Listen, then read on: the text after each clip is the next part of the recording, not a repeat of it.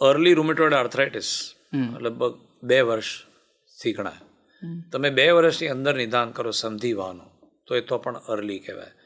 એક very early rheumatoid arthritis બી ગણે છે, જેમાં 6 મહિના ગણે છે. 6 મહિનાની અંદર જો નિદાન થાય તો વેરી અર્લી કહેવાય. 2 વર્ષમાં હજી એટલું નુકસાન નથી થયું હતું, પણ 2 વર્ષની બિયોન્ડ જો સંધિવાની ખાલી વાત કરું છું, બીજા રોગોની વાત નથી કરતો, તો પછી નુકસાન અમુક થઈ ગયું હોય છે. એટલે એવી રીતે એક સ્પોન્ડિલો આર્થરાઇટિસ કરીને રોગ છે, જેમાં મણકામાં પ્રોબ્લેમ થાય અને પુરુષોમાં વધારે થાય, અને એ લોકો આમ વળી જતા હોય છે. આપણે જોયા હશે લોકો આમ એ રીતે આ નથી મૂવ થતું. એમાં પણ 3 વર્ષ 2 થી 3 વર્ષ અર્લી ગણે, પણ બહુ ઇન્ડિવિજ્યુઅલ હોય છે. અમુક દર્દીઓને બહુ ઝડપથી વધતું હોય છે, અમુક દર્દીઓને થોડુંક ધીમે ધીમે વધે છે. એસએલઈને એવા રોગોમાં તો ઓફકોર્સ પહેલાં 3 થી 6 મહિનામાં પણ કિડની ઇન્વોલ્વ થઈ શકે અને સિરિયસ થઈ શકે પેશન્ટ. એટલે એવા જે રોગો છે એમાં તો નુકસાન જલ્દી બી થઈ શકે.